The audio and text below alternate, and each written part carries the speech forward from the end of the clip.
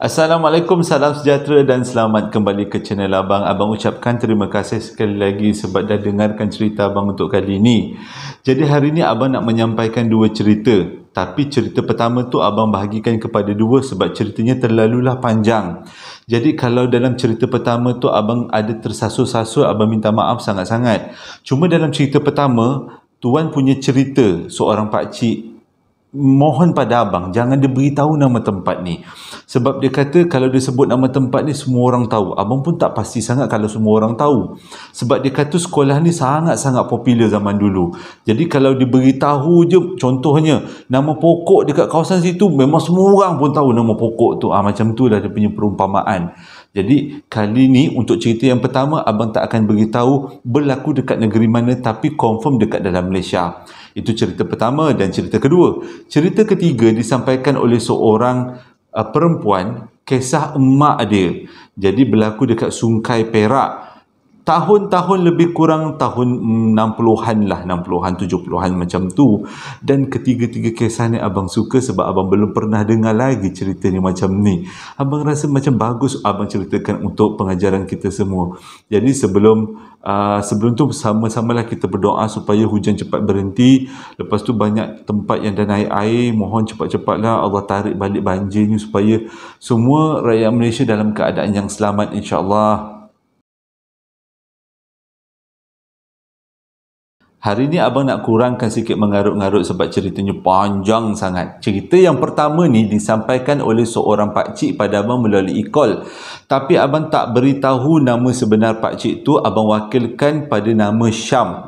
Sebab ada salah seorang daripada pendengar abang, penonton YouTube abang, minta abang gunakan nama dia. Jadi hari ni abang gunakan dia. Nak gunakan dia lah, gunakan nama dia Syam. Kes ni berlaku pada tahun 1970-an, awal 1970-an. Pakcik Syam ni dekat kampung dia, memang dia seorang yang pandai. Jadi waktu tu penilaian darjah 5, dia dapat keputusan 3A kalau tak silap macam tu. Dia dapat melanjutkan pelajaran dekat satu sekolah menengah di bandar.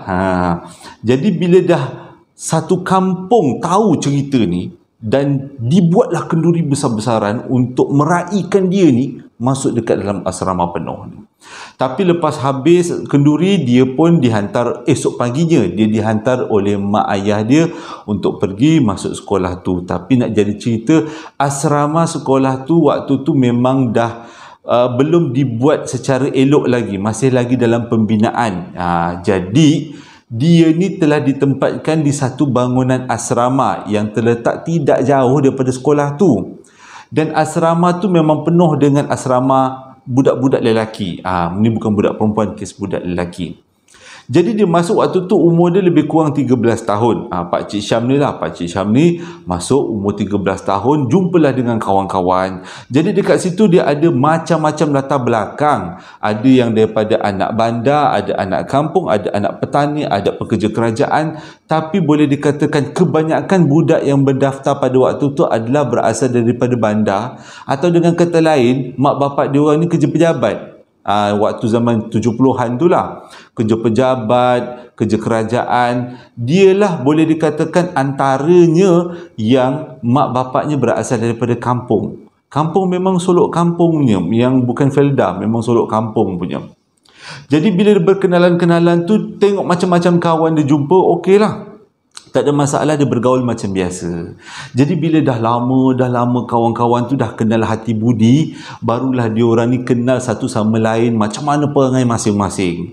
Jadi rupanya walaupun budak bandar ke budak kampung ke, perangai masing-masing tekankan satu. Umur 13 tahun, tengah-tengah nak ningkat naik. Kalau orang putih cakap tu, adrenalin tu tengah mengalir dengan derasnya.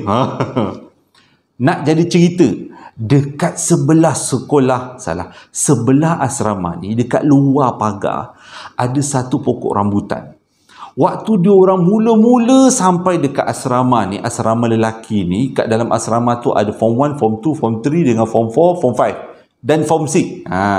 Cukup tingkatan 1 sampai tingkatan 6. Senior-senior dah bagi tahu, budak-budak baru, kalau korang jejak kaki ke sini, jangan sekali-kali petik pokok rambutan tu walaupun dahan dia melampai dekat pagar kita dan dia punya buah dia lebat ranum elok cantik, jangan sekali-kali petik.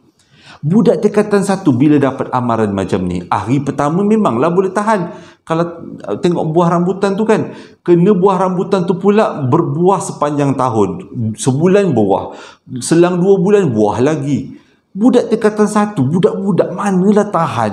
Dia orang tengok buah tu macam menarik, dia nak jugalah petik. Nak jadi cerita pada satu hari. Pada satu hari lebih kurang pukul petang masa tu, lepas dia orang habis tengok sini-sini dia orang main takraw. Yang budak-budak form 1 ni, termasuk Pak Cik Syam ni lah, berpakat-pakatlah satu sama lain. Apa kata malam ni kita pergi pangkas pokok rambutan tu, kita ambil, tapi kita bukan ambil semua, kita ambil yang dahan-dahan yang melambai masuk dekat asrama kita, dekat pagar asrama kita. Jadi ramai-ramai lah ni, seronok lah ni kata. Tapi ada juga yang berbunyi, kata Pak Cik Syam, kata kalaulah sini tahu macam mana. Lepas tu dia orang kata kita buat tengah malam, kita buat waktu pukul 1 pagi, waktu hari Sabtu Ahad, waktu cuti, sini-sini dah tidur, kita ramai-ramai lah buat senyap-senyap. Jadi Pak Cik Syam pun setujulah kan dengan cadangan kawan dia. Dia ni pula memang seronok lah bila ada aktiviti-aktiviti malam-malam macam tu kan, tak adalah boring sangat duk asrama. Dipendekkan cerita, malam tu dia orang budak-budak tingkatan 1 ni boleh kata lebih kurang 10 orang berkumpul dekat bawah pokok tu. Waktu tu senior tak sedar, semua senior dah tidur. Okey, nak diceritakan, budak-budak form 1 duduk dekat tingkat atas. Senior-senior form 2, form 3, form 4, form 5, form 6 duduk dekat tingkat bawah. Asrama tu 2 tingkat. Jadi diorang ni pun turunlah slow-slow, pergilah berkumpul dekat depan pokok rambutan. Bila dah kumpul kat depan pokok rambutan, yang ada kapak, yang bawa gergaji, yang bawa pisau, bawa segala macam peralatan, waktu itulah dia orang mengukil pokok rambutan tu, potong dahan yang perlu, semata-mata nak makan buah rambutan tu. Jadi bila dah dibuat aktiviti ni beramai-ramai, daripada senyap jadi bising. Tapi baiklah senior tak terjaga. Mengikut kita Pak Cik Syam kata, senior tak terjaga pada waktu tu. Okey, ambillah pokok rambutan tu punya buah, memang banyak. Dia orang pun bawa lah buah tu semua pergi dekat kawasan belakang asrama, lebih kurang dekat dengan dapur. Dia orang pun makan lah kat situ ramai-ramai sambil berborak-borak. Waktu ni pukul tengah malam, pukul 1, pukul 2 pagi. Dia orang tak takut, dia kata. Okey, makan. Tiba-tiba mulalah angin bertiup slow, daripada slow naik kencang, naik lagi kencang, sampailah angin terlalu kencang seolah-olah macam nak ribut taufan. Yang budak-budak form 1 ni dah mula rasa macam lain macam. Diorang pun cepat-cepatlah sudahkan apa yang diorang makan, cepat-cepat masuk dalam asrama. Diorang naik tingkat atas slow-slow, senyap-senyap tidur. Jadi tak adalah, sini-sini pun tak perasan. Cerita tu tak lama tau jadi. Malam tu juga lebih kurang pukul 3, ribut taufan dekat kawasan asrama tu. Memang pokok melambai-lambai, angin kuat sangat bertiup, kencang gila. Sampaikan disertai dengan hujan tau. Sampaikan ada senior yang terbangun. Senior tu terbangun, dia mengikut kata Pak Cik Syam, senior tu naik dekat kawasan budak-budak form 1. Dia nak cek budak-budak form 1 ni apa yang tertidur ke, ada apa-apa rosak ke apa-apa. Yelah, tengah ribut kan. Sebagai seorang sini bertanggungjawablah juga tengok anak-anak murid, kawan-kawan kecil dia, satu asrama dengan dia. Bila senior tu naik ke tingkat atas, barulah senior tu tahu yang semua budak form 1 ni tak tidur. Masing-masing duduk berempit-rempit satu sama lain. Kau nak tahu, Pak Cik Syam cerita, sebelum senior tu naik, waktu dia orang tengah nak tidur, tiba-tiba dekat dalam asrama kawasan tingkat atas tu, muncul seorang perempuan. Memang perempuan tu tak adalah pakai yang menakutkan. Dia pakai blouse, rupanya macam orang Cina. Macam tu. Dia pakai blouse, dia duduk dekat tengah-tengah asrama. Budak-budak ni takut sampai dia orang kata Pak Cik Syam, dia orang berkumpul tak menjerit tapi dalam keadaan ketakutan, berkumpul kat satu sudut dekat bilik tu. Dia macam hall dekat atas tu. Berkumpul kat situ sambil ada yang menangis. Tapi mujur mengikut kata Pak Cik Syam, ada senior yang naik. Bila senior naik ke tingkat 2 dalam keadaan ribut macam tu, tiba-tiba bayangan perempuan Cina tu hilang yang pakai blouse tu. Oh, terus menangis budak ni, menjerit-jerit, menangis macam nak histeria. Lepas tu senior tu tanya lah dia, kenapa korang ni ramai-ramai berkumpul sama melalak ni? Barulah dia orang pecah cerita, ada seorang perempuan dekat muncul tiba-tiba waktu dia orang nak tidur. Ni tengah ribut ni, korang bayangkan kat luar tengah ribut ni, angin kuat gila. Waktu tu juga senior tu tepuk dahi. Asyik korang ni degil tu. Senior tu turun tingkat bawah. Tak apa senior tu buat, Pak Cik Syam kata dia pun tak tahulah. Tapi selang 2-3 minit, ramai-ramai senior naik tingkat 2. Habis. Budak-budak ni masing-masing kena marah, kena hordik, kena marah. Memang senior semua sakit hati. Habis saja senior tu memaki-maki budak-budak ni mengikut kata Syam. Pak Cik Syam pun kena maki juga waktu tu. Dia dah ketakutan nak terkencing, dia kata waktu tu. Ribut kat luar. Tiba-tiba dekat luar rumah dengar orang perempuan menangis. Mengelilingi asrama. Asrama tu tak besar, katanya 2 tingkat je. Mengelilingi asrama sambil menangis. Macam tu. Mengelilingi asrama. Waktu tu senior terdiam, budak-budak form 1 ni lagilah melalak terus. Dia kata satu, mau umur 13 tahun, mana dia kata takut, mana dia kata berani ya. Dah menangis. Pak Cik Syam kata dia pun menangis. Dia kata ketakutan sangat-sangat. Tapi dia tengok apa yang senior-senior tu buat. Lepas tu senior-senior tu mulalah baca ayat kursi sama-sama. Lepas tu ada di antara senior-senior yang agak alim sikit kumandangkan azan. Bila dah kumandangkan azan, alhamdulillah bunyi tu hilang dan juga ribut tu makin hari makin beransur okey, makin hari lah semakin berangsur okey. Beransur okey dan reda ribut tu. Dah habis reda ribut tu, dia orang kena torture, sambung torture dengan sini. Sebenarnya apa yang korang buat malam ni? Apa yang korang buat? Cuba cerita dekat abang, kata dia.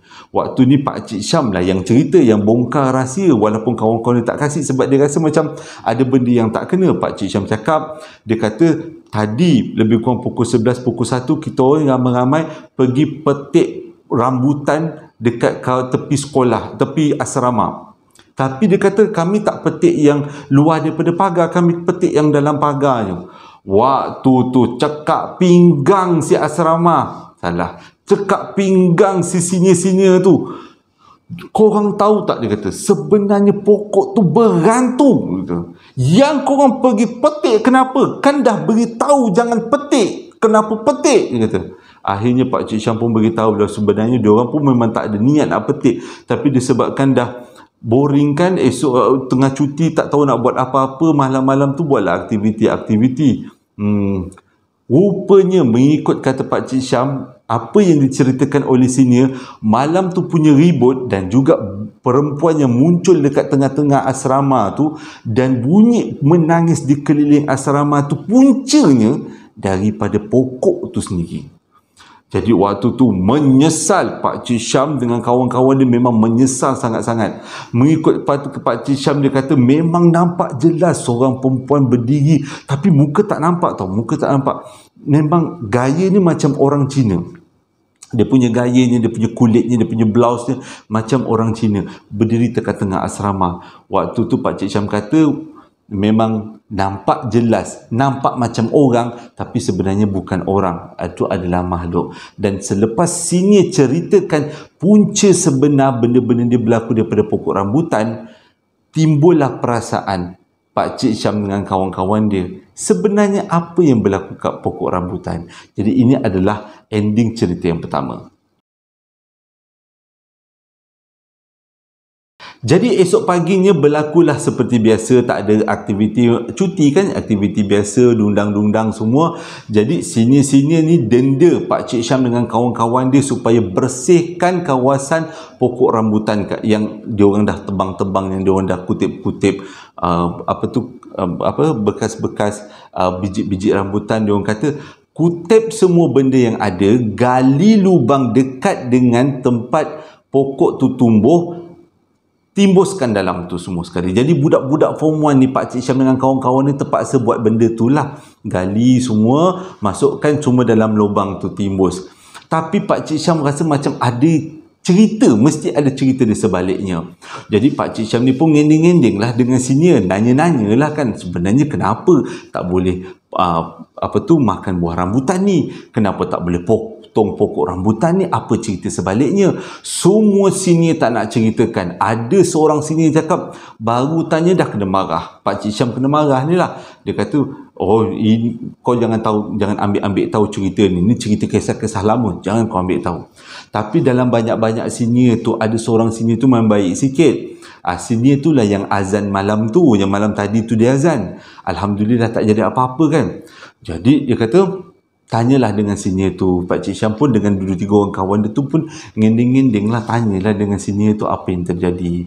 Sebenarnya dia kata, cerita ni berlaku lebih kurang 10-15 setahun yang lepas. Dia kata, waktu tu kalau cerita tu tahun 1970, dia lebih kurang tahun 1960 lah. Waktu tu sekolah tu masih baru lagi dibuka. Asrama tu sebenarnya adalah asrama perempuan. Jadi dulu dekat asrama tu memang ditempatkan pelajar-pelajar perempuan daripada luar bandar, ditempatkan ke asrama tu, daripada form 1 sampai form 6. Dan dalam asrama tu ada lelaki, salah, ada perempuan, salah, ada Melayu, Cina, India dan bangsa-bangsa yang lain dikumpulkan dekat situ. Situ. Tapi asrama ni adalah asrama bukan sekolah diorang, asrama sekolah lain. Jadi boleh kata budak-budak perempuan yang duduk dekat situ 10-15 tahun yang lepas bukanlah budak-budak sekolah diorang. Ceritanya bermula bila salah seorang daripada student tu mengandung dan akhirnya dia mati bunuh diri. Lokasi tempat dia bunuh diri tu adalah dekat pokok rambutan tu lah, dia gantung dekat situ. Jadi macam-macam cerita yang abang tu dengar, yang Pak Cik Syam ni dengar cerita pada abang tu lah kan. Abang tu cerita macam-macam peristiwa berlaku selepas budak perempuan tu mati gantung diri. Antaranya adalah roh budak perempuan tu ataupun bayangan budak perempuan tu merayau-rayau di sekitar asrama. Terutama sekali kalau ada orang yang petik buah rambutan atau potong pokok rambutan tu. Sebab itulah abang-abang sini bagi warning gila-gila, jangan sekali-kali potong pokok rambutan tu. Kata Pak Cik Syam, lain kali beritahulah cerita sebenarnya. Kurang-kurang kalau kita orang tahu cerita sebenar, tak adalah kita orang petik pokok rambutan tu kan. Betul juga kata Pak Cik Syam. Jadi itulah ceritanya. Jadi lepas daripada banyak peristiwa berlaku berkaitan dengan pokok rambutan tu, asrama tu pun ditinggalkan. Bila asrama tu ditinggalkan, dah lama kosong, selang beberapa tahun selepas tu, sekolah dia orang ambil asrama tu untuk dijadikan asrama budak-budak lelaki. Sebabnya asrama yang sedia ada dah terlalu sempit kan, penuh dengan budak-budak. Jadi daripada asrama perempuan, tempat tu ditukarkan menjadi asrama lelaki. Dan sejak daripada tu, mengikut kata abang tu, memang ada beberapa peristiwa budak-budak yang ambil buah rambutan kat situ. Dan diorang dah biasa, setiap kali ambil buah rambutan memang benda tu akan berlaku. Tapi ada satu misteri yang berkaitan dengan pokok rambutan tu, ialah walaupun pokok rambutan tu dah berusia puluhan tahun, tapi sampai ke waktu tu, kata Pak Cik Syam, pokok rambutan tu masih lagi teguh berdiri kat situ, seolah-olah pokok tu ada nyawa. Jadi pengajarannya kat sini ialah setiap benda yang dilarang janganlah kita buat, sebabnya mesti ada benda yang tidak diceritakan sebenarnya. Dan abang dapat gambar asrama tu dan abang diberikan oleh Pak Cik Syam lokasi pokok tu, tapi pokok tu dah tak ada dah sekarang. Pokok tu dah ditebang, dah dihilangkan lah, sebab sebelah daripada bangunan asrama tu dah dibuat bangunan lain, bangunan pejabat lebih besar daripada tu. Jadi terpaksa dah diorang potong pokok rambutan tu. Jadi abang yakin sekarang ni memang tak adalah cerita tentang misteri dekat pokok rambutan tu. Cuma mengikut kata Pak Cik Syam, ini adalah kenangan sewaktu dia belajar dekat asrama penuh, dekat sekolah berasrama tu. Cerita yang pertama dan yang kedua abang dah selesaikan. Sekarang kita masuk cerita yang ketiga. Cerita yang ketiga ni disampaikan oleh seorang budak perempuan, menceritakan tentang kisah mak dia. Berlaku lebih kurang tahun 1970-an dekat Sungai Perak, lebih-lebih kurangnya. Jadi dia tak nak bagi tahu abang nama sebenar dia, abang wakilkan dengan nama Safiah. Makcik ni adalah Makcik Safiah. Kes ni berlaku waktu dululah, waktu waktu Makcik Safiah ni lahir. Dia ni sebenarnya anak Cina. Jadi disebabkan Cina tu banyak sangat anak, jadi Cina ni bagilah salah seorang anak dia kepada keluarga Melayu untuk dibela. Macam itu, macam satu budaya yang dulu banyak berlaku kan. Jadi keluarga Melayu ni pun belalah si Safiah ni, Makcik Safiah ni, sampailah Makcik Safiah ni besar.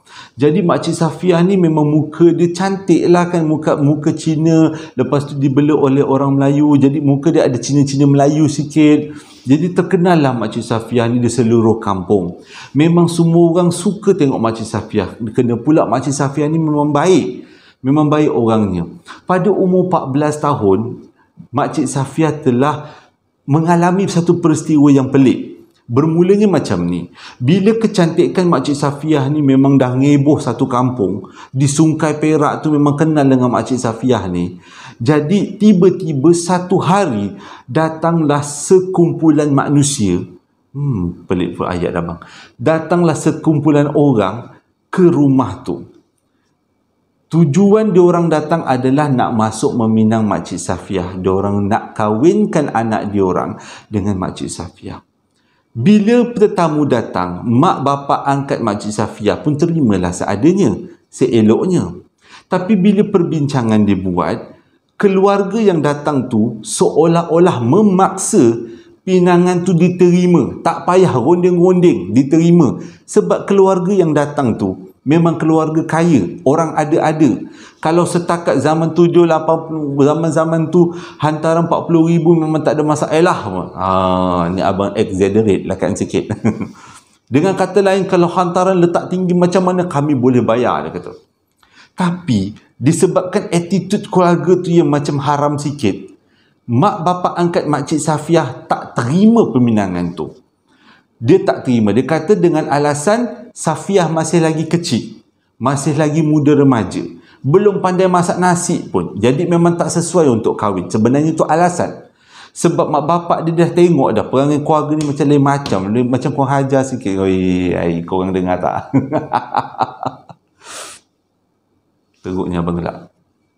Kadang-kadang gangguan boleh datang dari berbagai tempat. Itu namanya macam pintu diketuk. Kita tak bersabar je lah ya. Sekarang ni pukul 12.30 malam. Awal lagi lah. Sebab hari tu abang cerita pukul 1 kan. Okey, sambung lagi. Jadi bila dah tak terima pinangan tu, keluarga yang datang meminang ni sakit hati tu. Dia boleh ugut. Kalau kau terima pinangan ni hari ni, esok kau kaya. Tapi kalau kau tolak pinangan ni, mati keluarga ni.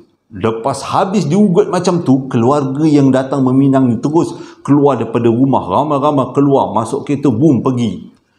Waktu tu, Makcik Safiah ni, mak angkat dia ni rasa takut jugalah kan. Dibuatlah macam ni, ugut-ugut macam ni.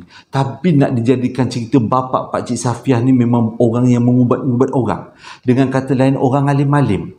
Orang selalu datang mengubat dengan dia. Dan cara ubatan dia memang sangat baik, iaitu setiap kali orang datang nak berubat, dia pun angkat takbir, solat. Solat 2 rakaat, solat hajat minta doa. mohon pada Allah Ta'ala. Itulah cara mengubatnya, bukanlah dengan menggunakan beras dan padi ke apa-apa ke mentera, tak ada. Itu mengubatnya cara baik lah kan, ikut cara Islam lah kan. Dia cakap dengan bini dia, jangan risau, kalau ada apa-apa yang berlaku, kita hadapi sama-sama. Tapi betul juga, besok malam je, malam pertama tadi orang tu dah balik kan, malam tu bukan malam pertama, malam esoknya, malam tu bila orang tu balik, malam tu keliling rumah Makcik Safiah cerita bunyi harimau mengaum-ngaum. Dengan kata lain, keluarga tadi memang bukan keluarga baik-baik lah, memang keluarga yang ada belaan-belaan yang ganas-ganas. Mengaum-ngaum harimau tu keliling rumah. Lepas dah mengaum-ngaum tu, dia punya bunyi suara dia tu memang membingitkan, sampaikan si bapa kepada Makcik Safiah terpaksa azan pun tak jalan. Memang dia gunakan cara lain, iaitu angkat takbir, sembahyang hajat. Alhamdulillah, selepas buat sembahyang hajat 2 rakaat, barulah bunyi harimau tu semakin hari semakin slow hilang. Tapi malam besoknya berlaku lagi satu peristiwa, sama juga harimau. Kali ni harimau tu memang bukan calang-calang, memang harimau tu nak merempuh masuk. Mula-mula dia keliling rumah tau, dia cakar-cakar dinding rumah orang tu, diganggu keluarga ni. Dia cakar-cakar, lepas dia cakar, dia mengaum, lepas tu lebih ekstrim lagi, dia rempuh pintu rumah tu. Dahlah pintu rumah tu pakai selak, sekali rempuh macam nak tercabut pintu tu, kata Makcik Safiah. Diorang waktu tu anak-beranak takut sangat-sangat. Tapi sik baik bapak diorang ni memang orang alim-alim kan, orang baik-baik. Waktu tu terus azan, waktu tu terus zikir, terus buat sembahyang hajat. Alhamdulillah, selepas zikir secara kuat-kuat beramai-ramai, akhirnya bunyi cakaran harimau tu dengan bunyi harimau nak merempuh masuk tu, bunyi suara harimau tu hilang. Tapi waktu tu memang satu pengalaman yang boleh kata menakutkan, menjadi ingatan Makcik Safiah sampai ke hari tu. Sebab dia kata akibat daripada tu, diorang satu keluarga ambil iktibar, kalau nak tolak, kita tolak secara baik lah, jangan tolak sampai gaduh-gaduh. Sebab waktu peminangan tu ditolak, memang bapa Makcik Safiah marah gila, disebabkan keluarga tu main ugut-ugut lah. Memang bapa Makcik Safiah ni halau keluarga tu pergi. Tapi itulah dia punya keburukannya kan. Kalau kita halau orang sakit hati kan, dan orang sakit hati, kalau dia sakit hati macam tu je tak apa, dia hantarnya harimau, dia suruh harimau tu masuk meminang. Hara malam tu harimau tu nak masuk meminang. Baik harimau tu tak dah berjaya merempuh masuk dalam rumah. Kalau harimau tu berjaya masuk merempuh dalam rumah, dicoliknya Makcik Safiah pun boleh jadi kan. Tapi Alhamdulillah, berkat pertolongan Allah Ta'ala, semua tu tak berlaku. Jadi itu adalah cerita yang ketiga, pengalaman Makcik Safiah dan juga pengalaman Pakcik Syam tentang apa yang berlaku pada diorang waktu dulu-dulu. Terima kasih dah menonton video abang daripada mula sampai habis. Abang ucapkan terima kasih sangat-sangat sebab support abang bercerita. Walaupun abang tak dapat nak buktikan cerita abang ni adalah cerita yang disampaikan oleh orang sebenar atau tidak, tapi sekurang-kurangnya abang dapat rasa semua penonton abang tahu yang abang ni cerita benda yang memang sahih, bukanlah cerita dibuat-buat. Dan sebelum abang tutup, sebenarnya ada juga komen-komen yang abang dapat minta abang ceritakan tentang lukisan misteri yang pernah abang beritahu sebelum ni kan. Tapi kalau korang tengok Instagram abang, kalau tak silapnya abang pernah upload gambar tu. Tapi kedudukannya lama lah, dalam 2-3 tahun yang lepas kan dah bawah-bawah Instagram abang tu. Abang pernah post tentang gambar tu. Dan Alhamdulillah ada satu channel ajak abang kerjasama. Abang lupa channel apa dan rakaman belum dibuat lagi. Tapi dalam cerita tu nanti abang akan dalam kerjasama tu abang akan sampaikan 2 cerita, satu tentang lukisan, satu tentang anak patung berhantu, dan gambar anak patung tu pun abang pernah letak dalam Instagram, abang pernah ceritakan. Jadi 2 cerita ni nanti abang akan ceritakan dalam kolaborasi dengan channel YouTube tu. Jadi abang harap sokongan daripada semualah. Mana-mana yang nak tahu tentang cerita abang, bolehlah tengok kerjasama abang, kolaborasi abang dengan channel tu. Okey, terima kasih dah menonton video abang daripada mula sampai habis. Abang ucapkan terima kasih sekali lagi, dan hingga berjumpa lagi dalam posting abang yang akan datang. Assalamualaikum warahmatullahi wabarakatuh.